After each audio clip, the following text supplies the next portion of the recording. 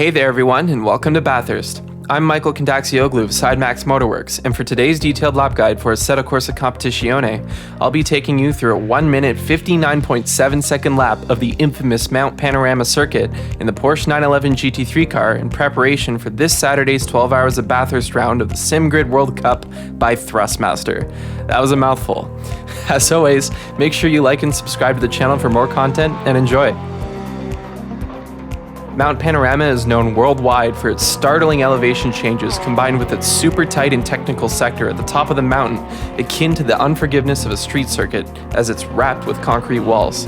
This circuit is so tough to conquer, it even has a corner named after hell itself. Hot lapping around here requires balls of steel, immense skill, and just enough luck to ensure you and your car can make it back to the bottom of the mountain. So let's take a look at a full speed lap, and then we'll analyze it in depth at half speed as always.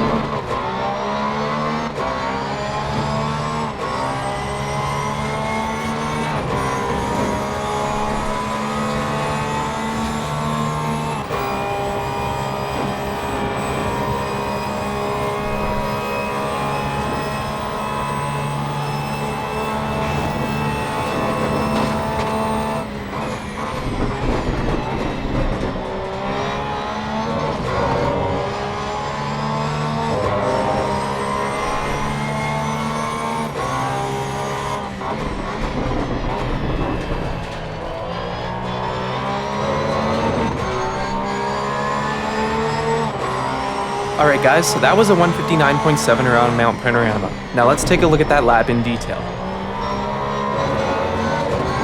After we cross the line, it's quite a long run to Hell Corner, and one of the best overtaking opportunities on the track. We brake just about halfway between the 50 and 100 markers, turn in quite early to utilize the corner's camber, apexing right at the inside curb and focusing on the exit. We can use all of this exit curve, but be careful not to drop a tire into the dirt, as that will hurt your momentum all the way down the mountain straight. This straight is incredibly long, so it's important we get to throttle early coming out of Hell's Corner to preserve our momentum the best we can.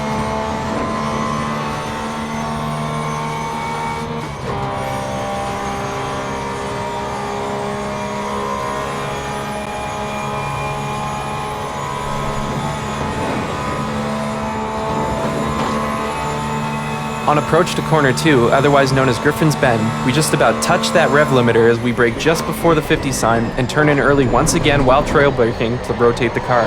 Using the camber to our advantage once again and apexing right at the inside curb, we let the car wash all the way out over the exit curve towards the wall, keeping it at full throttle.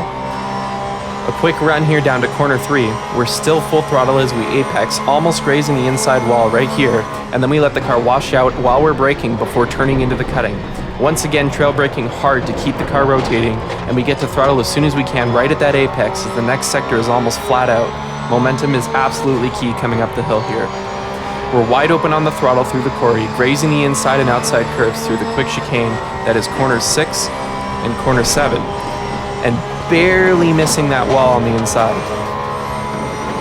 Our line through Frog Hollow is extremely important. We can usually take this wide open in the Porsche, but the line has to be just as you see here, or it's nearly impossible. We cut as close to the walls and the curbs as we can here, grazing that outside wall up on the curb and turning in deceivingly early for corner 10 here. Right up against the inside curve, be really careful with this exit curve as it's quite bipolar. Up to Skyline, we touch the brake to settle the car before turning in and apexing right at the inside wall with some maintenance throttle applied to taste, braking hard and straight as soon as we start downhill, letting off the brake as to not upset the car of the inside curb, and then braking hard again into the S's. We stab the brake here to get that rotation to the dipper as the suspension bottoms out, grazing the wall and grass on the right side of corner 15 and on throttle as soon as the rear end is stable. Coming up to 17, we let off throttle to allow the car to rotate before getting hard on the brakes here to slow down for the elbow, brake in a straight line, turn in quite early here to use the camber again, and we're on the throttle directly at apex to preserve momentum into the Concord straight, just graze that outside wall and we're through. Finally, we get some breathing room here on the straight. Make sure to hold onto the wheel though, as the crest of the hill coming up can get quite bumpy.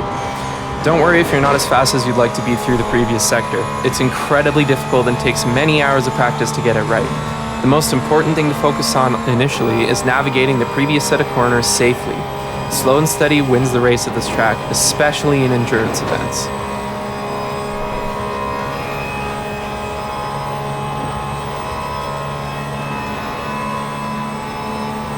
En route to the chase, we take corner 20 here at full throttle, apexing right at that curb, and we brake here just before the 100 sign. Use extreme caution with the inside curb here through the chase, as there's a bump that can really send you airborne. Get to throttle right away and use that inside curb through corner 22. Now we run the car downhill to Murray's corner. We can also use the exit curb here, as it's quite safe.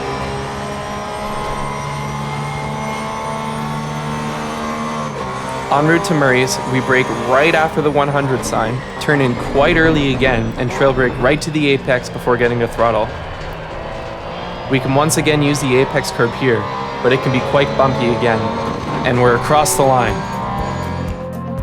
And that is a 1 minute 59.7. If you liked today's video, make sure you hit the like and subscribe buttons and leave a comment below. Thanks for watching, and we'll see you next time.